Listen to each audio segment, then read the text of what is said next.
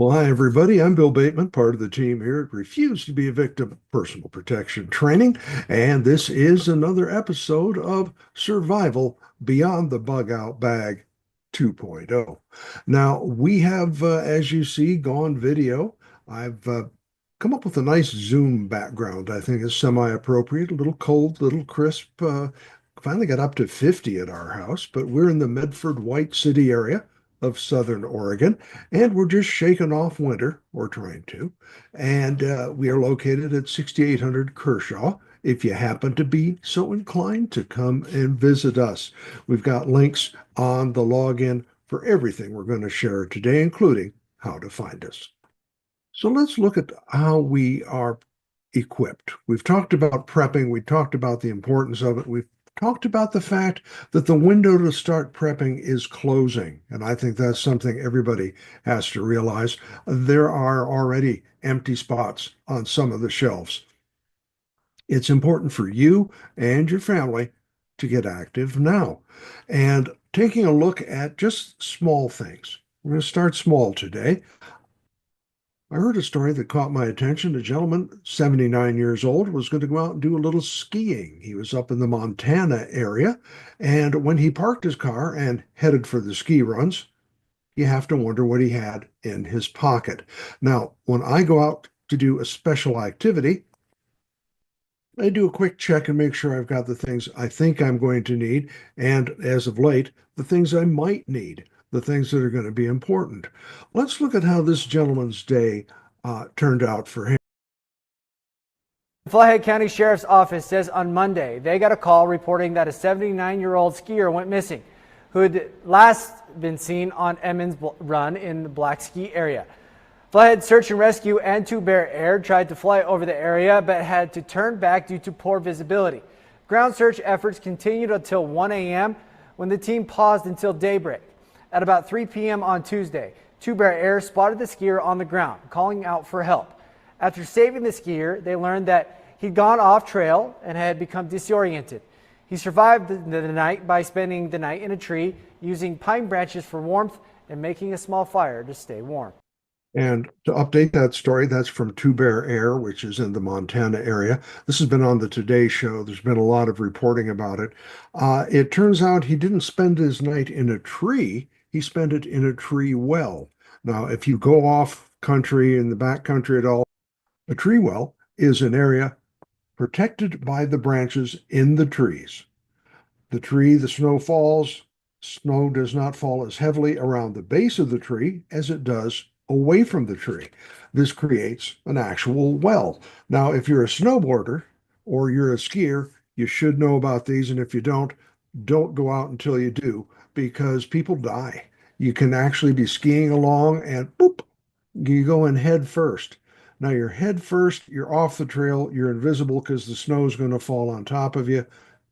And the technical term is dead. You can suffocate, you can freeze. So that's why you always ski in groups or snowboard in pairs. Don't lose sight of your partner. Just common sense if you're in that specific endeavor. And that's why I talked about when you get out of the car, you pack the kind of things you're going to need for the expedition or for the adventure. I would not go out in the backcountry these days without some sort of satellite-based signature or signaling device. It's very important. Things can get very scary very quickly. This guy had with him enough knowledge of what a tree well was, so he didn't fall in it. He got in it, packed the snow around the edges, built a small fire, presuming he had a fire starter or a lighter or something that he could create a fire with, and used branches to insulate and keep himself warm. They have a good picture of this gentleman being airlifted up. He's in good shape. He survived. Thank you to the rescuers, as always. And this is an example. What you have with you when you step out that door can really impact how the rest of your day ends up. And we're going to look at some examples I'll be putting up. I'm kind of constrained by my video setup here, so I will be kind of showing you products, but the ones I do will put up a little screen with the actual item. and where to find them. Now, I need to, before I go too far down the road, we are changing here at the program. I've been doing, like I said, this is going into our ninth year of doing this. We don't have sponsors. It allows me to say, boy, that's garbage. Don't buy that without really upsetting too many people, because if it is, it is. I buy what I use, I try it, and then I come and I talk to you about it. I have now reached that point that I'm going to have to start doing something to offset the costs. I just walked out of the grocery store with nearly $100 worth of groceries, and I could carry it with one hand. That's scary. I'm going to change. I had a couple of choices. I could make this a subscription site. I could charge people. I could pander for donations, which I think is just not me. Or I am going to be recommending products. These are products I have used and I stand behind, I recommend, and I have become an Amazon affiliate, which means if you buy something, this program gets a small percentage of that sale to help offset my costs. So that's what we've chosen to do. When we begin doing this, you'll see little notices on the page because we want full transparency and full disclosure. So a way you can help support us, your letters are great, seeing at the range is great, coming to our classes, absolutely. A way to support this program, share, recommend, subscribe, and if you make a purchase, make it off the website. Now, there's no reason if you see something you like and you head on out to your Army, Navy, and Marine store, and they got a good deal on it too. Absolutely. I strongly believe in shopping local. So let's look at what I'm talking about here. Okay, I'm back. I found that trying to be too cute on camera just doesn't work. So let's talk about light. Walking out your door with your car keys, if you're in weather like you see behind me on the background, it's going to start getting dark. It's going to start getting cold. So what do you have with you? I'm going to start small and we're going to go really, really big and talk about things you can have with you in the event of. Now, I've got my car keys here. There they go. There's the key ring. Whoop, we'll bring it back a little easier. And if you notice, there is a very small micro light. Now, I got one of these as a gift. I want to say 10 years ago. You squeeze it and it gets bright. It's not my first choice, but I will tell you, I bought one of these about 10 years ago. I moved up here from Humboldt in about 10 years ago, maybe well, closer to 12 now. The one I bought just died and I had to replace it. It said it had a 10-year warranty. I thought, right. It did. It cost me $11, $12. Best money I ever spent. Put it on my keychain. If you need that just a little bit of extra light to get your key in the lock or to get an alarm code entered, it was worth it. So those are $11.99. I also got, as a gift, a box from some friends of mine. I'm not going to show the brand on it, but it's there it is. It's watertight and it has a bunch of stuff in it. Some of it was really good. Some of it I instantly threw out, but it's still in my seat, the between the two seats, whatever you want to call that, in the little console I have there. So one of the items in it was a flashlight. It just runs off a battery, a double A battery. You can use a rechargeable. You can put in a long-term lithium. It's got what I really prefer, the light switch here on the end of it, and come back to it. So this fit in your console, and you have a little bit bigger light. You can direct the beam. Now, my everyday carry, interestingly enough, I have two flashlights. This I can't find the brand on right off the top of my head, but when I put it up to share it with you, I will have that information. This one is got the on-off switch here on the side. It has a pocket clip. It's bright. I'll tell you that. Well, yeah. It flashes, it strobes, it slices, dices, makes julienne fries. It's a lot of fun. And the other one I almost always have with me is this one is by Boulder, and it is a flashlight, also pocket size. Let's see, here we go. It'll fit in your pocket. It's got a little pocket clip, and at the end is an on-off button. I prefer that. The reason the other one I have where it has the button here, if that's in your pocket and you bump into it, it's going to turn on. And I have been driving and felt this burning in my leg. I said, "What's going on down there?" Pulled off the road, the darn thing was heating the fabric in my pants. I mean, these things get hot. Something to consider. And I have gone to choosing this one with the end button as my personal choice. That allows me, if I have to bring it up and turn it on, I'm going to actually have it away from my body if I have to when you get to that position. But it allows me, it also comes with a free, what we call a DNA collector. If you have to use this as a defensive weapon, you can have some DNA evidence of your attacker to present to law enforcement. These are metal. These are heavy. These are durable. I've been using them for a long time. The idea is having something with you that you can use. Now, it starts out as fitting in the console of the car. It just works out quite nicely. It can be even attached to your car keys. The car keys always come with me when I come out of the car, non-negotiable. And the idea is you've got something that you're going to need. Now, small little things are good to have. In addition to the flashlight, one of the things I kept was a whistle, a little metal whistle. It's gosh awful loud. Trust me. Yeah, you can stand in the middle of a field or in the middle of downtown parking lots and attract quite a lot of attention with one of these. It's metal. Of course, it comes with a key ring. Everything comes with a key ring, and you can travel easily with you. What else do we have in there? We have a compass. If you don't know how to use a compass, or it's been so many years you've forgotten, spend 20 bucks, take a class. I know REI has a good program on using topographical maps, reading a compass. I have seen people who can't use a car map. You unwrap the map from the gas station and where's Roseburg? I uh, that's kind of frightening, but that's the generation we live in. The cell tower goes down, the phone doesn't work, you're in a no service area.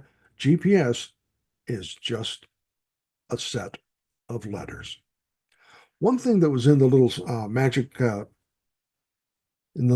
box was a fire starter. Now, I think that gentleman who wandered off into got disoriented and wandered off into a snow well probably either had a lighter or something to start a fire with. This is a rod, ferro, I believe they call it, ferrocite rod, and it comes with a scrapey thing.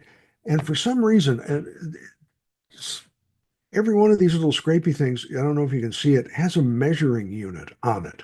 It's measured like this one goes to, yeah, this has got 2 inches and it's in inches and in millimeters. Always important when you're out there sparking up a fire. What you need to know about a fire rod like these, notice it's black. When I first got one 9 years ago, I hadn't used one since the Boy Scouts, and I forgot they come coated. This is black for a purpose. It's coated with some material. So if you take your little scrapey and you try to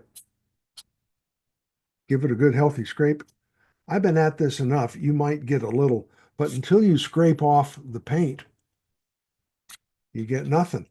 What you want to do, and let's see if I can come to an area. Here we go. There we go. And scrape off. And now you're in a position to make fire.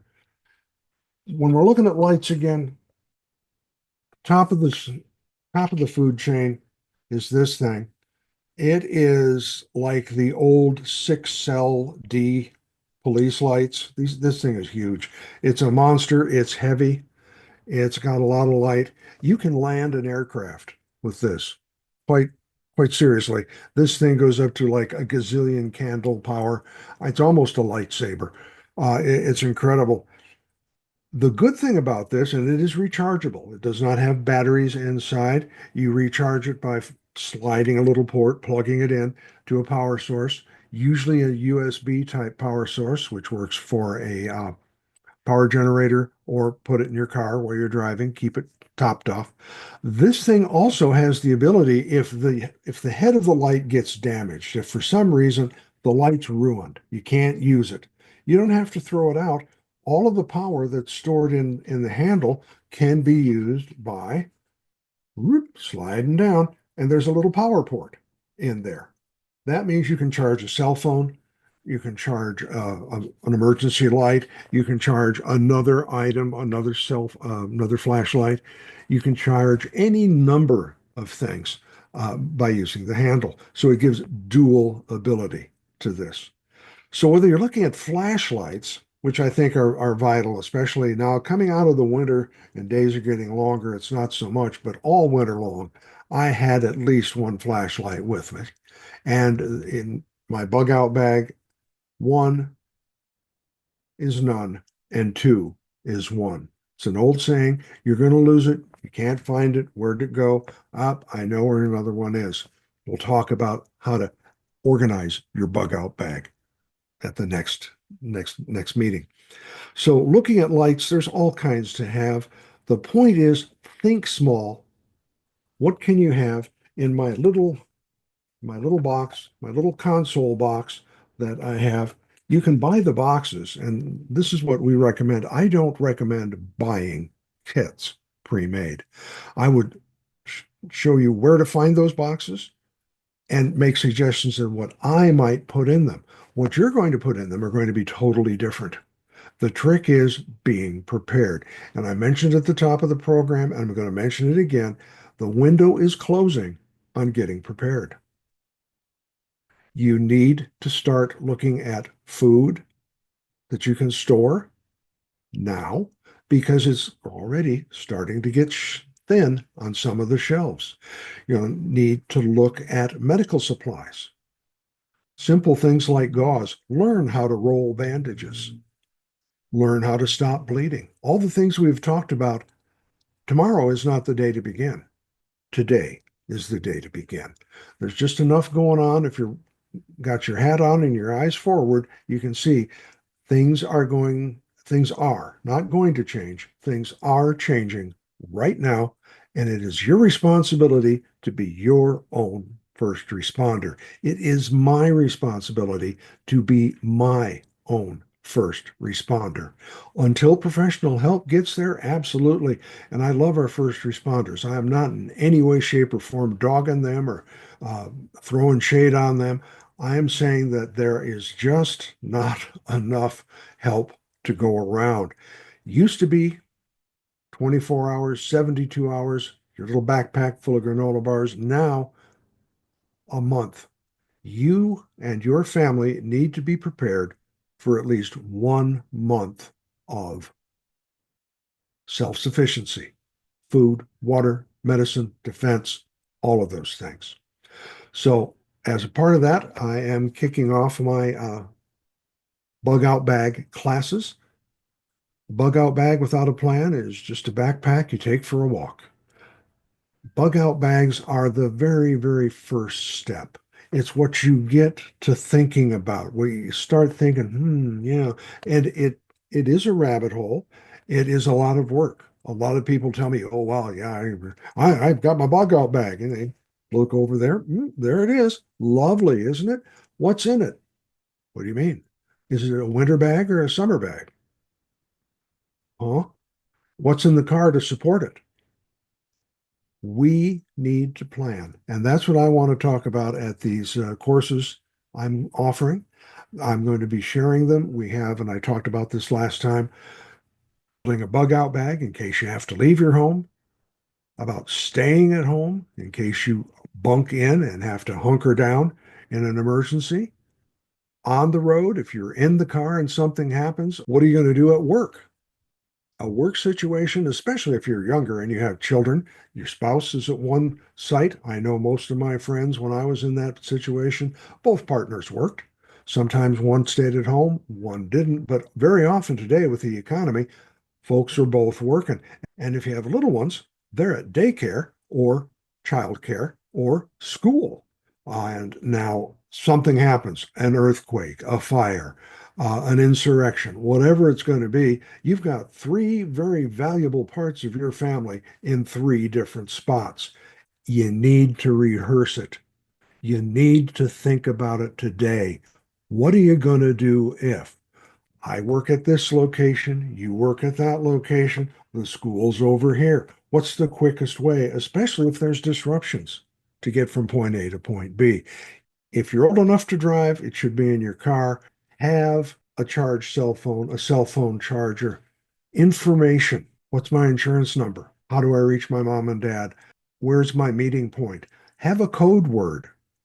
I cannot tell you the importance. When my son was at school, he was actually approached by somebody who said, "Hey, my dad sent you. Your dad sent me to pick you up. What's the code word? Huh? What's the code word?" Well, this is serious stuff.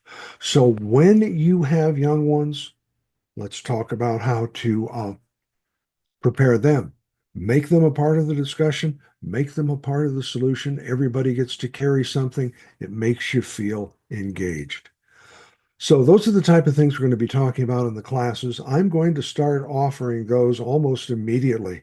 I'll have a number up there and an email address, and it is on the website. When you go to our website, it is there under the classes listing. It's at the very bottom of the page. And as part of those classes, when you're planning, let's say you've decided I'm going to stay home, we're going to bunker down, we're going to stay in the house. We offer home defense, how to defend your home. Some people are not interested in getting involved in firearms. I respect that. We have non-ballistic self-defense. We talk about personal awareness, avoiding ways like whistles and like pepper spray if you don't want to resort to firearms. If you do, using them safely, professionally, and lawfully is very, very important, even in a disaster. So let's look at the bug out bag classes and how those classes connect to the other things that we offer, all the way from basic pistol, non-ballistic, all the way up to tactical and self-defense courses. One other thing, Jackson County Alerts sent out a note yesterday that they have been merged with Josephine County and now recently split. So if you're signed up for Jackson County Alerts, go back in and they'll ask you for a password. You have to kind of re-register and reconfirm, and that's a good thing. Make sure they're not wasting their resources. And that will give you more localized coverage in an emergency. If you have not used Jackson County Alerts, I recommend it. It's part of the county's website. I'm going to put that link up. You'll probably see it floating over. Yeah, probably over there. You'll see it over there, and it's a good thing. And the best part about it, it's free. A reminder that classes, with the days getting longer, classes are going to start filling. It's going to stop being cold and rainy, which if you have an outdoor class, not there's really no such thing as bad weather, just poor choices in clothing. So now with the weather getting better, the days getting longer, the classes are going to start filling. Get gift certificates. Get signed up for a class, even if it's 2 months down the road. Make sure you don't end up with it's full at the last minute. And start talking to your family about prepping. Have a good long talk with your significant other. I am blessed that I have someone who is equally as intelligent and passionate about this as I am. I have seen some homes in which one partner is very much for it. The other partner thinks it's wasteful and silly. And those are the ones you see on the TV news, looking pretty unhappy. Okay, that's it for this time. I'm going to remind you that starting small, something as small as on your key ring, or a small flashlight, or a really big flashlight. Look at what it's going to do for you. Look at the job it's meant to do. Look at what it can provide for you. So that's it for this time. We'll have more next week, and I'm looking forward to seeing you out at the range at a class in the near future. This is interesting. I'm going to use a different background every week. If you have a suggestion, drop me a line. Okay, be safe. Take care.